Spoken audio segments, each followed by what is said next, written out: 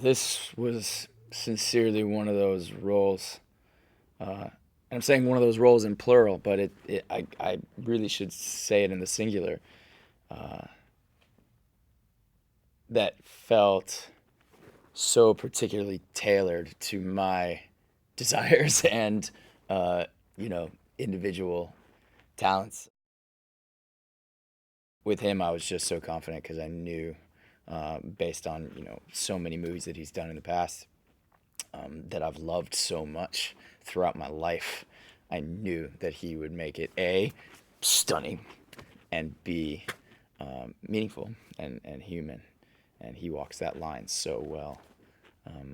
Because if a filmmaker had come to me who is just the kind of filmmaker that would, focus on only, the character and the drama, I would say, like, not sure if that's necessary, that movie.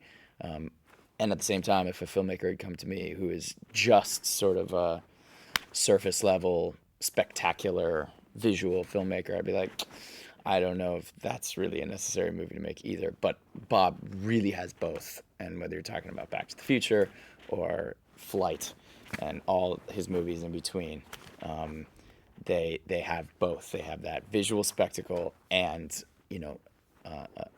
human human connectivity, and so that balance made me feel like this is the kind of filmmaker who should tell this story.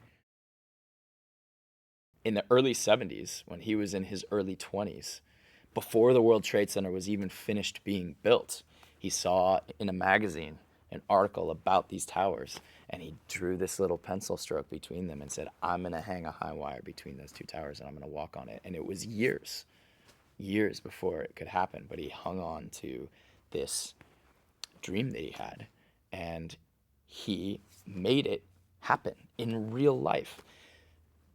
So many people would normally say, that's impossible.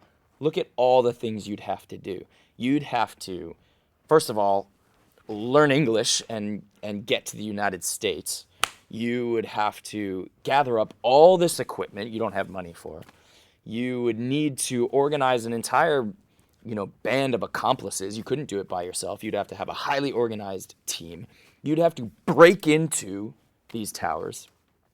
You'd have to lug up all this equipment, tons, I don't know, tons is maybe an exaggeration, hundreds of pounds of equipment, up 110 stories, somehow manage to get the wire from one building to another. That's impossible. How are you going to do that? And then walk on it? It's impossible. Give up. But he did it. That's, to me, what the walk is about. That first moment where you're like, I've done all this. It's come to it. There's the wire. Now it's time to actually take my first step. To actually do it. To be like, I'm now going to step out onto this wire 1,300 feet in the air. That moment where you're like, this is it. Love. I just that idea just is so inspiring to me. And that moment, there's no footage of that moment. There's no footage of any of the walk. And the documentary does a great job of making you feel like you're experiencing it because, the interviews are so compelling. Philippe tells the story so well, and not just Philippe and Jean-Louis and Annie and everyone else. But all they have is a few photos. That's the only recorded evidence of the walk is a handful of photos. And the photos are incredible. And when you combine those photos with people telling the story, it's a great experience. But it's different than, watching it happen. And so to me, making a movie where you actually get to be with the character of Philippe and with him when he experiences that moment of now it's time, this is it. The first step is upon me. Time to go. Getting to really experience that in a movie and see it and be with the character and be looking through the lens of such a masterful visual filmmaker as Robert Zemeckis it's just two totally different experiences. One, there's the documentary, which again I love, where you can, listen to the people who were there, hear them tell you a story.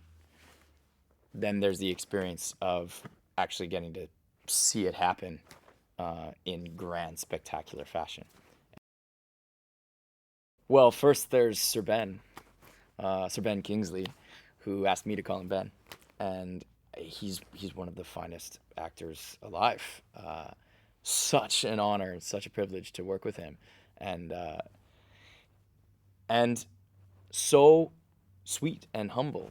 Even though he's such a renowned actor and has such an impressive and prestigious career. He was nothing but just sweet and personable and great with me, and I loved working with him, and and it made so much sense to me that he was playing Papa Rudy, who was Philippe's mentor, because I had feelings of him mentoring me as an actor, uh, and uh, and so that parallel worked really well.